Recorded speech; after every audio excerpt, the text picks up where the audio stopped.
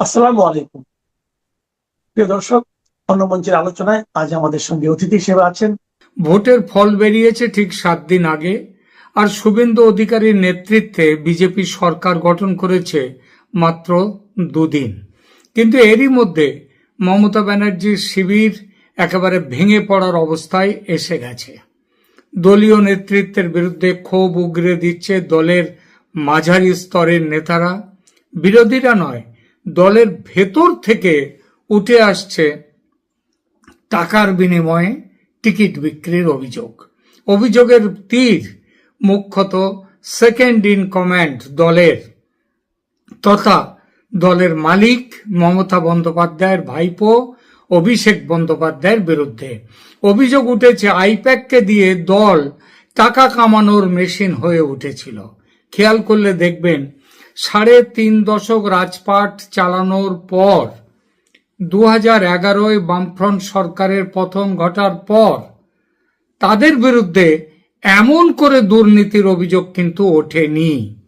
ED, CBI, CPM এর বিরুদ্ধে বড় ধরনের কোনো তদন্তে নামেনি, কিন্তু তৃণমূলের বিরুদ্ধে তৃণমূল থাকতে থাকতেই কিন্তু তদন্তে নেমেছে ইডি, সিবিআই, কেন্দ্রীয় সংস্থাগুলো, এবং সেই নামাটাও কিন্তু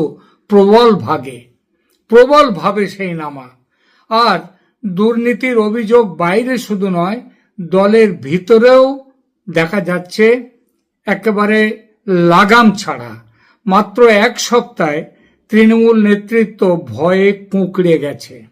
দল ভেঙে যাওয়ার মুখে, কর্মীরা ছত্রভঙ্গ। দলের নেত্রী মমতা বন্দ্যোপাধ্যায় তার ঘরের মধ্যে ঢুকে গেছেন। সেদিন একটুখানি বেরিয়েছিলেন রবীন্দ্র জয়ন্তীর নাটক করবার জন্য, নাটকটা ভালোবাসেন, কিন্তু সেই নাটকেও শ্রোতার অভাবে সে নাটকটাও বানচাল। এমনকি তিনি আবার একটা বিবৃতি দিয়ে বলেছেন যে তিনি যে সমস্ত জায়গায় প্রোগ্রাম করতে চাইছিলেন সেই জায়গায় কোনো অনুমতি দেয়নি রাজ্য পুলিশ, রাজ্য প্রশাসন। শুনলে হাসি লাগে না? এই মমতা তিনি নিজে বিরোধীদের মিটিং মিছিলের ব্যাপারে কি করেছেন তার 15 বছরের, সেটা একবার একটু মাথায় দেখবেন। এই প্রেক্ষিতে খুব স্বাভাবিকভাবেই মানুষের মনে এই প্রশ্ন জেগেছে, এই দল আর কদিন নাকি কমাস? অনেকে অনেক রকম বলছেন, তার মধ্যে দেখা যাক রাজ্যের বাস্তবতা কি বলে। পশ্চিমবঙ্গের রাজনীতিকে বুঝতে হলে প্রথমেই একটা ভুল ধারণা ভাঙতে হবে। এই রাজ্যে ক্ষমতা হারানো আর রাজনৈতিকভাবে শেষ হয়ে যাওয়া এ দুটো এক জিনিস নয়। বাংলার ভোটার অনেক সময় শাসক বদলেছে, কিন্তু একদিনে কোনো বড় রাজনৈতিক ধারাকে স্তব্ধ করে দেয়নি। এই কথাটার সবচেয়ে বড় উদাহরণ কিন্তু সিপিএম। 2011 সালে 34 বছরের বাম শাসনের অবসান হলো, তৃণমূল কংগ্রেস ক্ষমতায় এলো, কিন্তু সিপিএম কি সঙ্গে সঙ্গে অপাঙ্ক্তেয় হয়ে গিয়েছিল? একেবারেই না। 2011 বিধানসভা নির্বাচনে সিপিএম একাই প্রায় 30.8% ভোট পায়, 40টি আসন জেতে, আর বামফ্রন্ট মিলে পায় 62টি আসন, তাদের ভোট শতাংশ 40.8%। অর্থাৎ ক্ষমতা হারিয়েও তারা সমাজের বড় একটি অংশের সমর্থন ধরে রেখেছিল। কংগ্রেসের দিকে তাকান, 2011 তারা মমতা বন্দ্যোপাধ্যায়ের জোট সঙ্গী ছিল, কিন্তু তাদের নিজস্ব রাজনৈতিক জমিও ছিল। সেই নির্বাচনে কংগ্রেস প্রায় 9.09% ভোট পেয়ে 42টি আসন জেতে। অর্থাৎ তৃণমূলের উত্থানের মধ্যেও কংগ্রেস তাদের সাথে জোট সঙ্গী হলেও তার একটা আলাদা সত্তা ছিল। তারপর আসে 2014 লোকসভা নির্বাচন।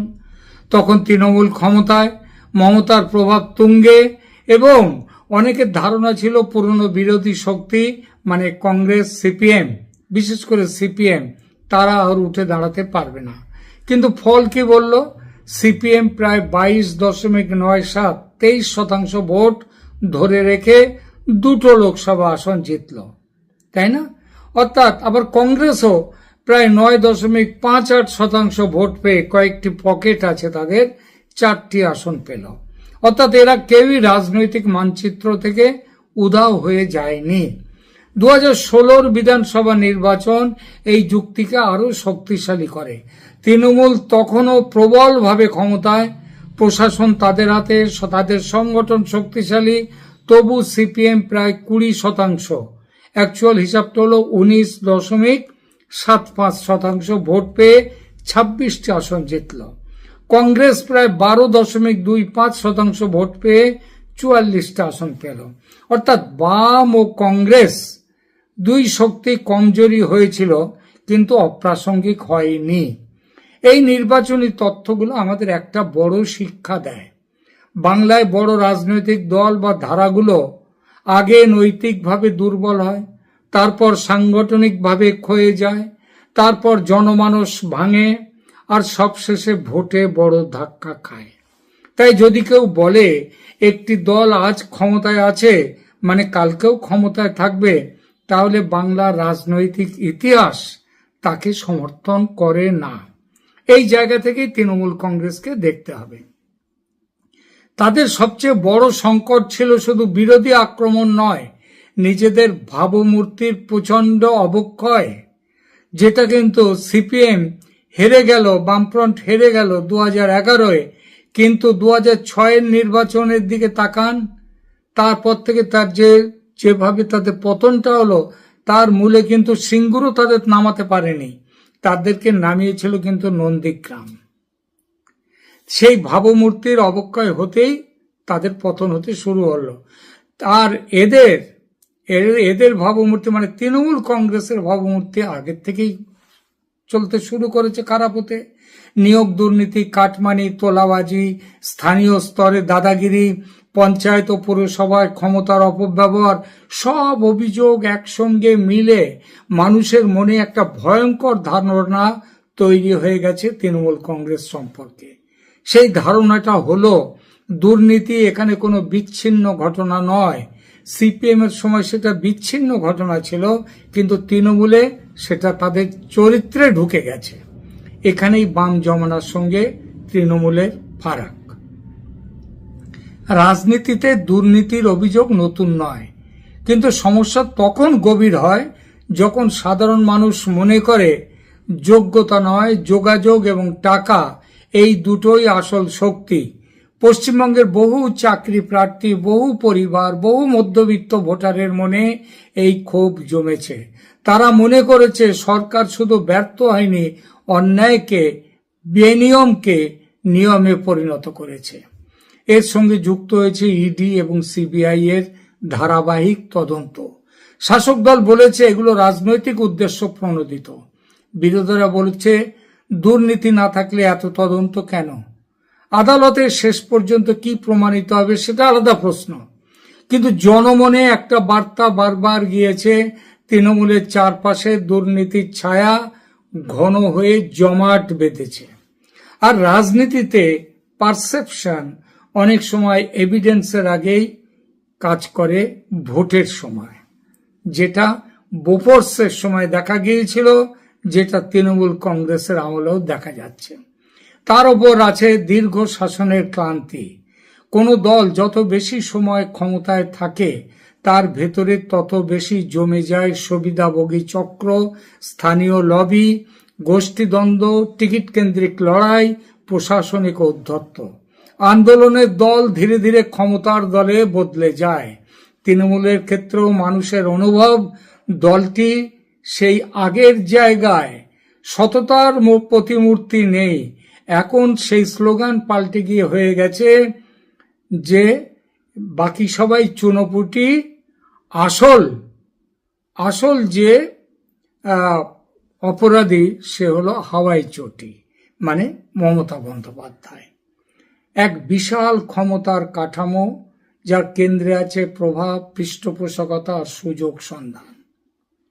মানুষের এই অসন্তোষকে আরো তীব্র করেছে পরিচয় ভিত্তিক রাজনীতি, ধর্মীয় রাজনীতি। বিজেপি তৃণমূলের বিরুদ্ধে ধর্মীয় তোষণের অভিযোগকে ধারালো অস্ত্রে পরিণত করেছে। সিপিএম কংগ্রেস সেই ভাষায় বলে না, যে মুসলিম তোষণ, কারণ মুসলিম ভোটের দিকে তাদেরও যে নজর। সংখ্যালঘু তোষণ, সীমান্ত অনুপ্রবেশ, প্রশাসনিক পক্ষপাত, স্থানীয় উত্তেজনা, এসব ইস্যুকে ঘিরে হিন্দু ভোটের একটি বড় অংশ ক্রমশ বিজেপি মুখী হতে শুরু করেছে কয়েক বছর আগে থেকেই। এই কনসলিডেশন কতটা পূর্ণ তা নিয়ে বিতর্ক থাকতে পারে, কিন্তু এটুকু স্পষ্ট, এটি তৃণমূলের বহুস্তরীয় সামাজিক জোটকে মারাত্মক চাপে ফেলেছে। বামেরাও সংখ্যালঘুদের নিয়ে রাজনীতি করেছে, বামেদের বিরুদ্ধে অনুপ্রবেশ নিয়ে রাজনীতির অভিযোগ ছিল, কিন্তু মমতা ব্যানার্জির দলের বিরুদ্ধে যে ধর্মীয় তোষণের অভিযোগ, সেটা কিন্তু ভয়ঙ্কর রকমের ব্যাপক। তৃণমূল কংগ্রেস এই নির্বাচনে ৮০টি আসন জিতেছে, যার অধিকাংশই মুসলিম ভোটে। মুসলিম ভোট তাদের সঙ্গ ছাড়লে তৃণমূলের অস্তিত্ব শেষ হয়ে যাবে। মজার কথা, বিজেপিও সিপিএম একটি আসন, কংগ্রেসের 2টি আসন, আইএসএফ এর 1টি আসন, 2টি আসন হচ্ছে হুমায়ুন কবিরের দলের। এরা সবেই কিন্তু মুসলিমদের ভোটে মুসলিম এলাকা থেকে জিতে আসে। তার মানেটা হচ্ছে মুসলিম জনগোষ্ঠীর বাইরে যে ব্যাপক হিন্দু গোষ্ঠী আছে, জনগোষ্ঠীর 70% যাদের হিসাব, তারা কিন্তু বিজেপির পেছনে এসে দাঁড়িয়েছে বেশিরভাগে। আর একটা বড় কারণ হচ্ছে বিরোধী ভোটের মনস্তত্ত্বের পরিবর্তন। অনেক বছর ধরে তৃণমূল বিরোধী জোট বিভক্ত ছিল, এখনো বিভক্ত আছে, কিন্তু যখন ভোটার বুঝতে শুরু করেছে যে শাসক দলকে হারাতে হলে একটা কার্যকর বিকল্প দরকার, তখন ভোটের চরিত্র পাল্টে গেছে। সেই বিকল্প হিসেবে পুরো ভোটটাই এসে পড়েছে, তৃণমূলের বিকল্প হিসেবে ভোটটা এসেছে বিজেপির কাছে।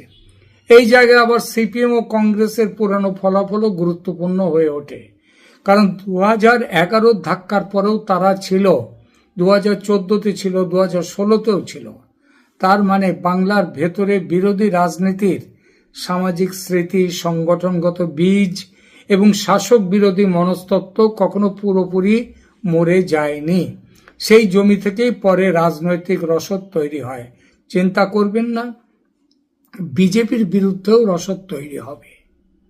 কিন্তু এই মুহূর্তে দেখা যাচ্ছে যেটা বিজেপি হচ্ছে এখানকার মানুষের একমাত্র ভরসার জায়গা, সংখ্যাগরিষ্ঠ হিন্দুর একমাত্র ভরসার জায়গা। 2026-এর ফলের দিকে তাকান। তৃণমূল কংগ্রেস এই বিধানসভা নির্বাচনে হেরে গেছে, বিজেপি 2/3 বেশি সংখ্যাগরিষ্ঠতা নিয়ে ক্ষমতা দখল করেছে, শুভেন্দু অধিকারী মুখ্যমন্ত্রী হয়েছে। এই ফল তাহলে কোনো একদিনের ঘটনা নয়, এটা বহু বছরের জমা ক্ষোভ, দুর্নীতির বিরুদ্ধে রাগ, পরিচয় ভিত্তিক মেরুকরণ এবং শাসন বিরোধী ক্লান্তির এক বিস্ফোরক পরিণতি। এই ফল আরও একটা বিষয় প্রমাণ করে, সেটা হচ্ছে যে পতন কিন্তু একদিনে শুরু হয়নি। তৃণমূলের পরাজয় শুধু এই নির্বাচনী হার নয়, এটি একটি রাজনৈতিক বার্তা। বাংলার মানুষ বোঝাতে চেয়েছে যে তোমরা যে রাজনীতি করছো, এই রাজনীতিকে আমরা আর সহ্য করতে পারছি না। আজ তারই জন্যে তৃণমূলের এই অবস্থা। কিন্তু আবার ফিরে আসি পুরনো কথায়, তৃণমূল তাহলে কি কংগ্রেস সিপিএম এর মতো তারাও কি ধরে রাখতে পারবে তাদের বিরোধিতার ঘাঁটি, তাদের অন্তত একটা যে পরিচয়, সেই পরিচয়টাকে কি তারা ধরে রাখতে পারবে? খুব মুশকিল, খুব মুশকিল এটা। তার কারণ তৃণমূলের কিন্তু আদর্শগত যে কোনো ভিত্তি সেটা নেই।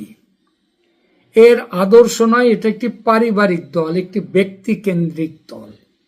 এই ব্যক্তি কেন্দ্রিক দলে যখন ব্যক্তি শেষ হয়ে যায় তখন আর কিছু থাকে না। ব্যক্তি চলে গেল তো দলটাও চলে গেল। তাই তৃণমূলের ফেরার পথ কংগ্রেস সিপিএম এর থাকতে পারে, আছেও, তৃণমূলের নেই। কারণ এই দলের দুর্নীতি, জাতীয়তাবাদের বিরোধিতা, অপশাসন, কুশাসন, আর সবার উপরে এই যে সংখ্যালঘু দুধেল গাই থিওরি এই দলের, এটাই কিন্তু এই দলের উপরে তাদের সর্বনাশ এনে দেবে। তৃণমূল কবের মধ্যে শেষ হবে এটা 2 মাস না 6 মাস না 1 বছর না 2 বছর, এটা আলাদা প্রশ্ন। প্রশ্ন যেটা হলো, এই দলের কোনো ভবিষ্যৎ নেই, এই দলের কোনো ভবিষ্যৎ নেই।